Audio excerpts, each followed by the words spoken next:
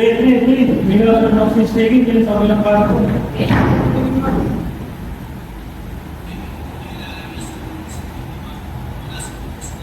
Magandang hapon sa inyo lahat. Narito ako ngayon sa Main Street kung saan kasalukuyan nangyayari ang isang hostage taking na kinilala mismo ang isang biktima na mula sa Universidad de Manila.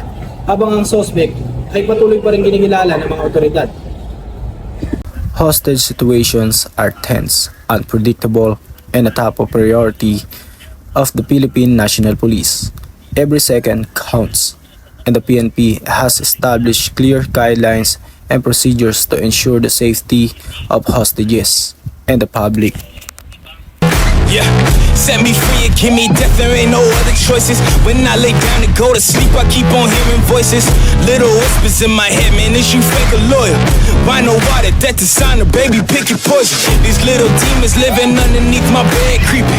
Know the real monster lives above them all, sleeping. That subtle breathing in your closet every single evening. Thought you never see me again, looks can be deceiving. When they hear the sound of the drum, they'll be saying, oh Lord, here they come. Let's break down the PNP's response, focusing on the role of key personnel and the tactical steps taken to resolve the situation peacefully.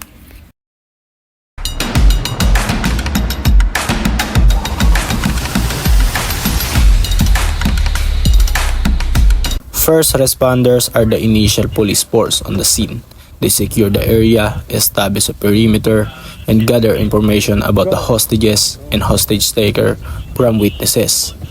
Their swift action is crucial for containing the situation.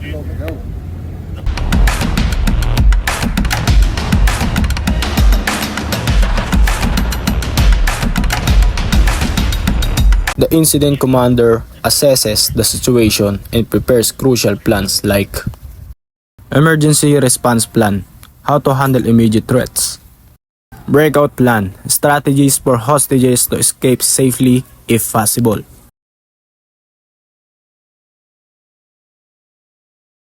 Be aware of surroundings. Note exits, security features, and potential hiding places in familiar environments. Develop a mental plan. Having a basic escape route or strategy in mind can be helpful in a stressful situation.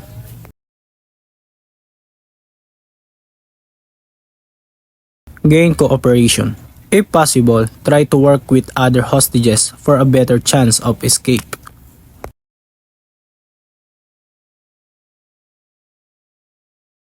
Find help immediately. Contact a law enforcement or go to a safe place and call for help. Yan kasi yung pakiramdam ko yung sumusunod sa akin. Nandun sa likod ko kanina pa yun eh. Nakaputing nakaputing shirt, tapos naka-slacks.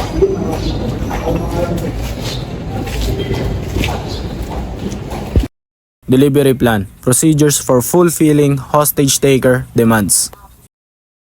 Surrender plan. Encouraging the hostage taker to give up peacefully.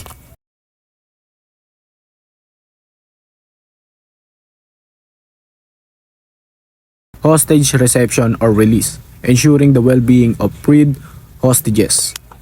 Collection plan, gathering evidence after the situation is resolved.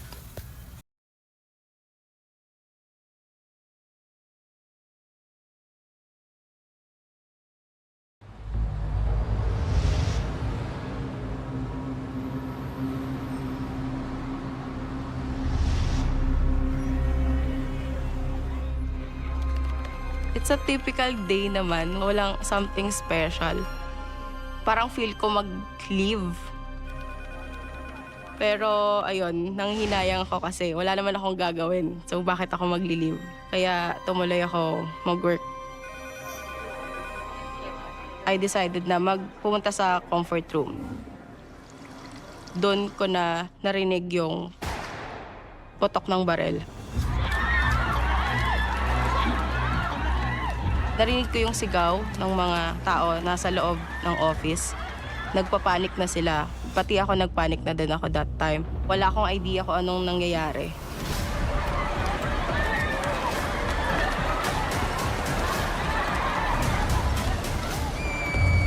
may sumigaw na babae, kawork ko. May nagpapaputok ng baril. Negotiation. This is a prepared approach aiming for a peaceful resolution. I'm retired Police Brigadier General Orlando Obispo Yebra Jr.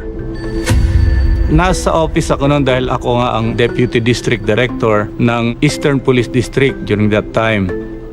Dumating na isang personnel namin from the Tactical Operations Center at sinabing may tawag daw from San Juan Police Station and there's an ongoing hostage taking inside the Vera Mall in Green Hills. Ang main concern ko doon is mahirap to dahil sa dami, as reported, marami yung hostages, more than 50 sabi pa nga. Immediately, tumakbo kami ron. Pagdating namin doon, I was informed na kinakausap na siya nung isang officer ng mall, security officer yata yon. Maray, kuminawat ka muna. Maray, mag-usap muna tayo. Buti na lang nandun si General Yebra, siya yung nag-take over ng negotiation. General Orlando Yebra used to be our Deputy District Director for Administration and he was one of the Philippine National Police best negotiator because of his vast experiences in that field. Ang talagang nahahawakan ko ay yung mga barricaded situation katulad nung nangyari sa Green Hills. Yan, tawag namin barricaded hostage situation.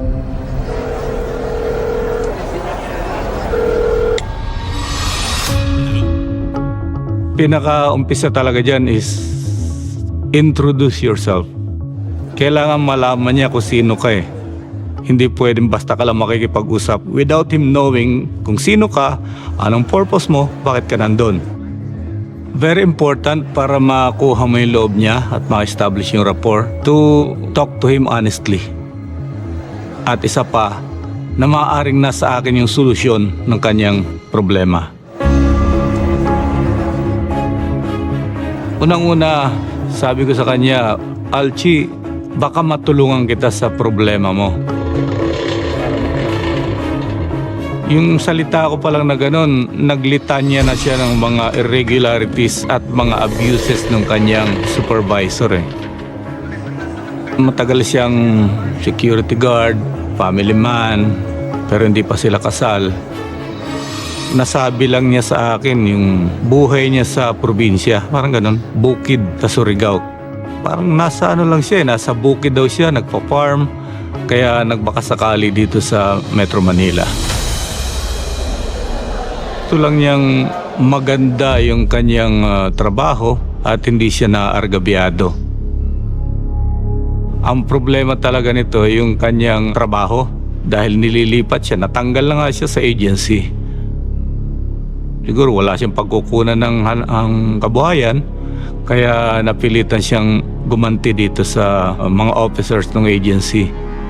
Kaya telling the media, telling the public na ako mismo ang nakikiusap na wag niya nang ipagpatuloy, kaya siya pumayag. So kapalit ng pagpayag niya na hindi napapakainin ay yung pag-a-announce ko sa inyo na yun ay personal kong request sa kanya na wag nang gawin yun. Yun na po, maraming salamat. Next, in-explain namin sa kanila yun na susurrender si Paray provided mag-public apology kayo. Maglalagay tayo ng table, nandiyan ang media, bibigyan kayo ng microphone at hihingi ng tawad kay Paray. Sinabi na, in-explain namin, pumayag sila sa kanilang yun, kusang loob na yon. Gusto ko pong humingi ng paumanhin si Archie Tana sa lahat ng aming pagkakamali na maaaring nagdulot sa kanyang pagkatanggal sa pwesto. Sorry din po sa kumpanya na sa amin po nilingkuran. Sana po ay maayos natin ang kusog na ito na wala nang masaktan pa. Muli ako'y humihingi ng tawad kay Archie bilang patunay ng aking sinseridad. Ako po ay nag-resign na sa aking posto. Lalong lumakas yung aming bargaining na susurrender ito dahil halos naibigay na yung mga hinihingi niya. Arrest. The IC may authorize an arrest if the opportunity arises and ensure safety.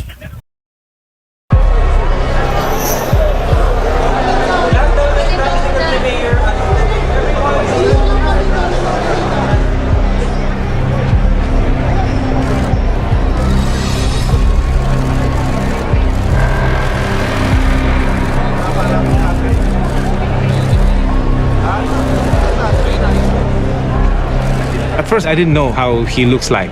But then, of course, when he came out, he was very distinct. He was a tall guy in black shirt. And so I immediately knew that was the hostage taker. And he has a stern look in his face. He was looking around, scanning the area. They were walking out, holding each other's shoulders, but I could see his firearm bulging from his pants. So I knew he had the firearm, but I trusted our police that they would not allow him to draw it.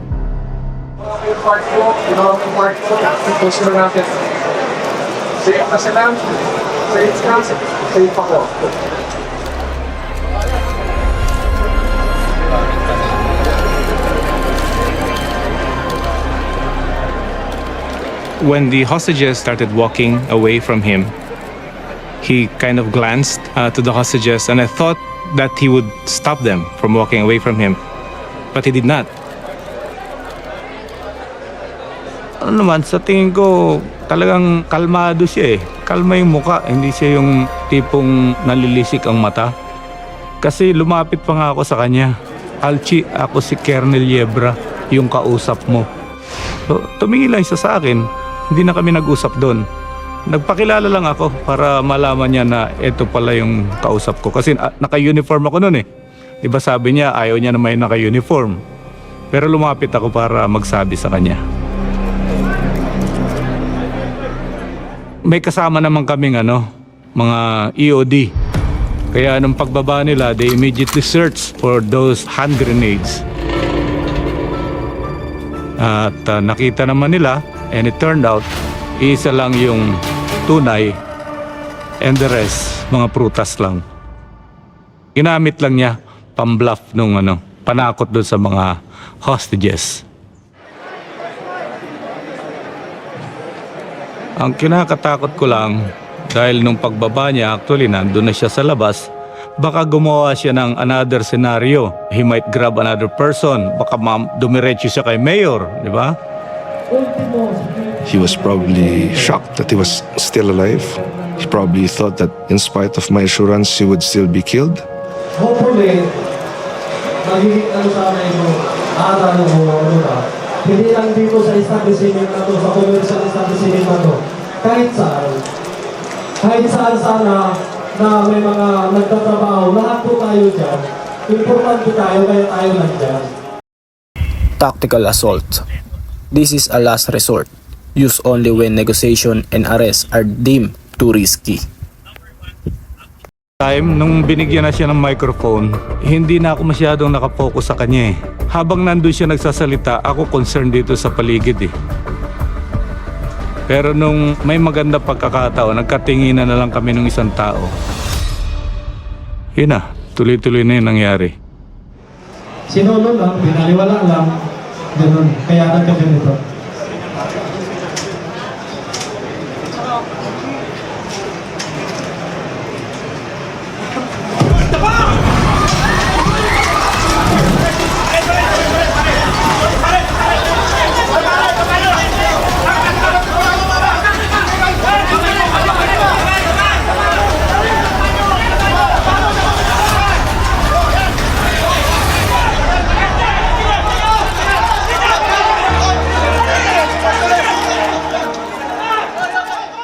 When the first officer launched at Paray, I saw that he had a body grip of some kind. And so I knew at that point that he won't be able to draw his gun. They just jumped on him. I think about 3 or 4 police officers started to hold him back. And then a police officer somehow was able to get hold of his gun. And he held it up so that the other police officers will know that he already has the gun. And that it's safe for the other police officers to hold the hostage taker. Halos lahat yun, puro pulis yun eh. May kanya-kanyang role and alam nila kung paano sila magbe-blend at hindi sila mapapagkamalang mga pulis.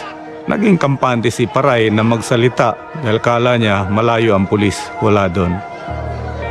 Pero yun nga, nagkaroon ng pagkakataon kaya yung mga officers na nandun, sila mismo ang nag-subdue, na-take down siya. Wala kaming pinag-usapan about shooting him, using the sniper, walang ganun. Talagang nasa plano namin na kailangan buhay ito, maaresto.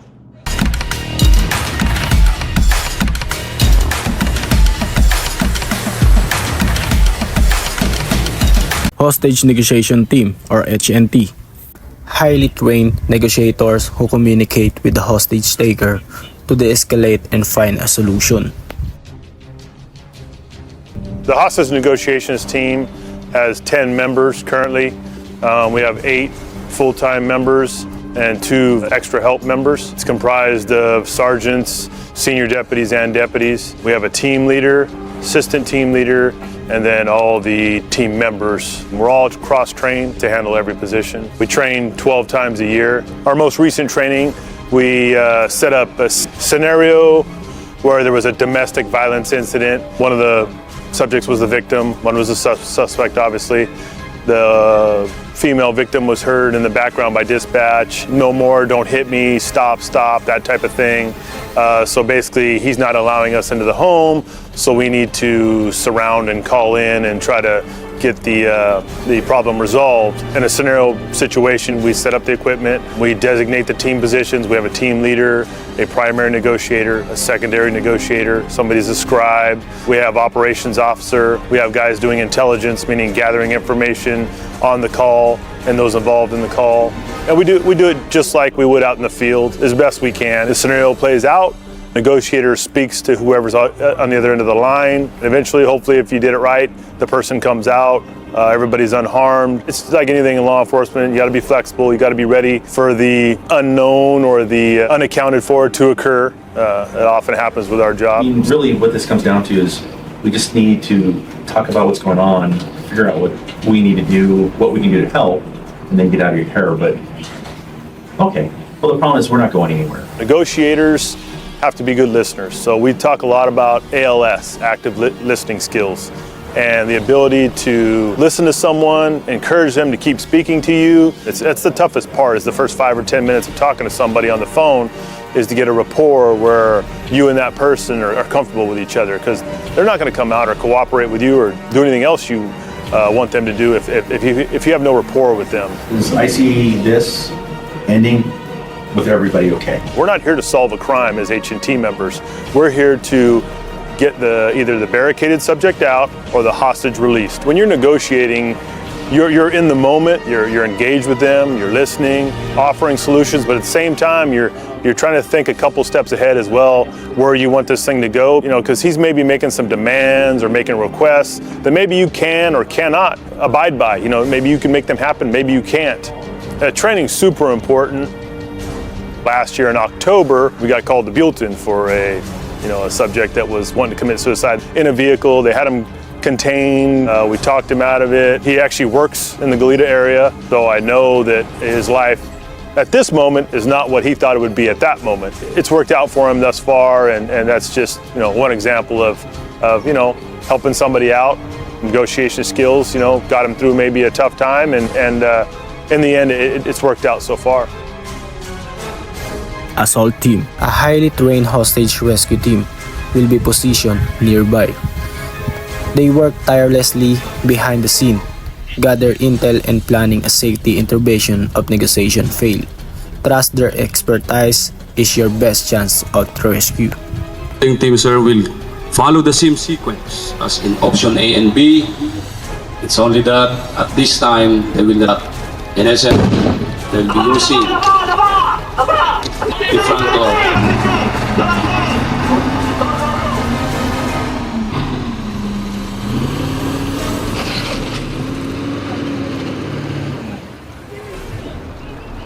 With strict observance of the protocol,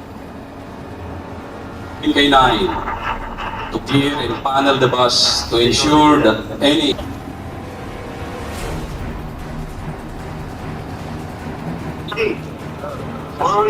we neutralize the hostage taker and rescued all the hostages. Any advice to Commander? And check on the status of all personnel in the U.S. Over. Roger that, sir. Crowd control manages bystander and media to prevent interference.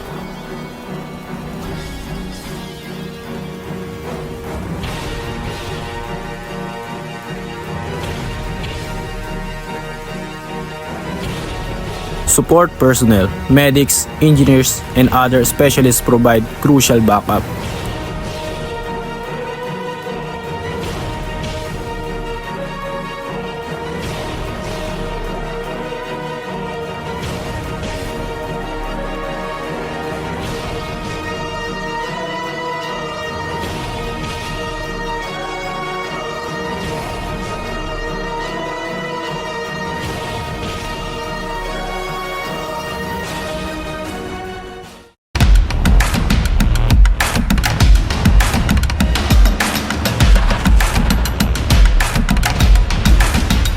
Containment, isolating the hostage location to limit movement and potential harm. The police officers are quickly surround the area, blocking all the entrances and exits to prevent the hostage taker from escaping the area and limit their mobility within the area. As the negotiation continue, police officers strengthen the containment perimeter within the area, ensuring that there is no unauthorized individual enter or leave the hostage-taking area. Communication, establishing clear communication channels with the hostage taker and within the PNP response team. To keep the interaction within the hostage taker, a negotiation team sets up loudspeaker system or use of megaphone to ensure that those communication between them are unbroken and safe for uninterrupted communication. Ensuring the line of communication is clear within the police to maintain cooperation and coordination with the various units involved in the resolution of hostage taking and keeping the team members informed about the situation. To guarantee of coordination and synchronized action, the police must be kept in touch with the negotiation team. Visual and audio surveillance, utilizing technology to monitor the situation without escalating it. Place hidden camera in key spot to capture the visual information without the knowledge of the hostage taker. The installation of this camera should be handled with care to ensure that the whole area where the hostage taking is happening will be covered. The use of quality audio bags are recommended to record the discussion or negotiation between the police and hostage taker. This must be hidden from the hostage taker. The use of drones fitted with cameras and microphones to monitor the hostage location, because this device provide useful point of view and record video that ground-based camera may be difficult to capture. Assault alternative, considering non-lethal option if a tactical assault becomes unavoidable. When a suspect is violent or threatening, and that less physical measure have been tried and deemed inappropriate, a more extreme but not deadly measure can be used, such as a baton, truncheon, pepper spray, stun gun, and other non-lethal weapon to bring the hostage taker under control or effect an arrest.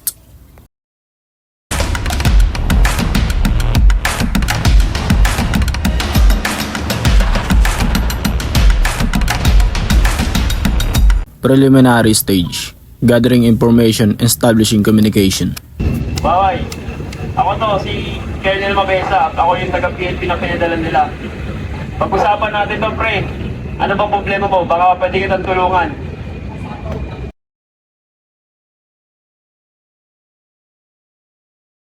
Alam mo, sir, hindi ko naman ginusto talaga ito eh. Ginawa ko lang to dahil yung nanay ko nasa ospital. May sakit siyang cancer at kailangan maoperahan.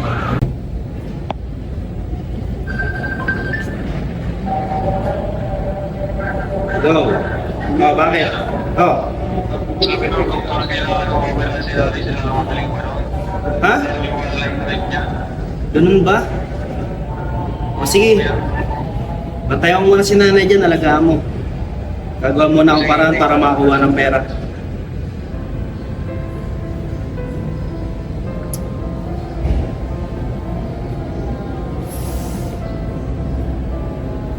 Kailangan ko makahanap ng pera. Hindi pwedeng mamatay si nanay. Lalong bata pa si Renzo. Hindi niya kakayanin ang mga responsibilidad sa buhay.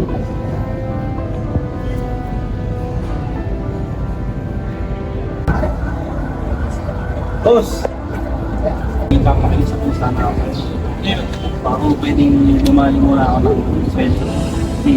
Need lang po ng nanay sa person sa hospital. Aba, sumusobra ka ata. Hindi mo nga nagagawa ng maayos yung trabaho mo. Magre-request ka pa ng ganyan. Sumusobra ka ata, Maway ah. Dad, sige na, ipapakawa. Kahit kamuhot ka sa harap ko, hindi kita bibigyan ng pera. Sumusobra ka, Maway ah. Simula ngayon, tanggal ka na.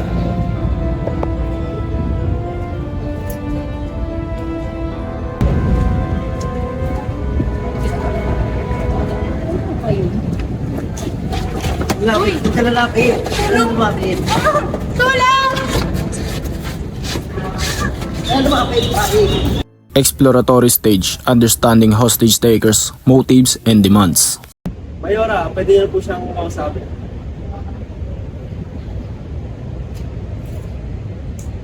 Hello, Baway. If you are listening to this, I'm Mayora, Mayor of the Manila. I'm Mayor Nachimolala. At ngayon, nakausap na namin ang doktor at ang head ng ospital na kinalalagyan ng iyong nanay at nasisigurado namin na lahat ng kanyang treatment, lahat ng gastos ay sagot namin. At sisiguraduhin namin na mabubuhay at mapapagamot ang iyong nanay. Conclusion or closing stage, working towards a peaceful resolution with a safe release of hostages. Mayora, maraming salamat sa inyong tulong.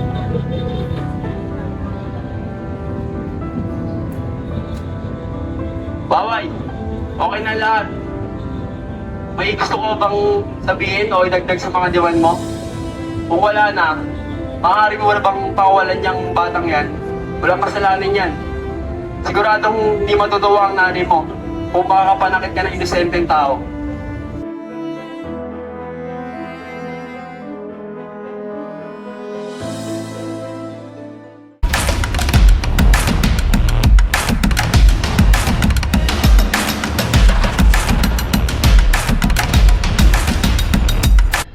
Expertise, demonstrating knowledge of hostage situations.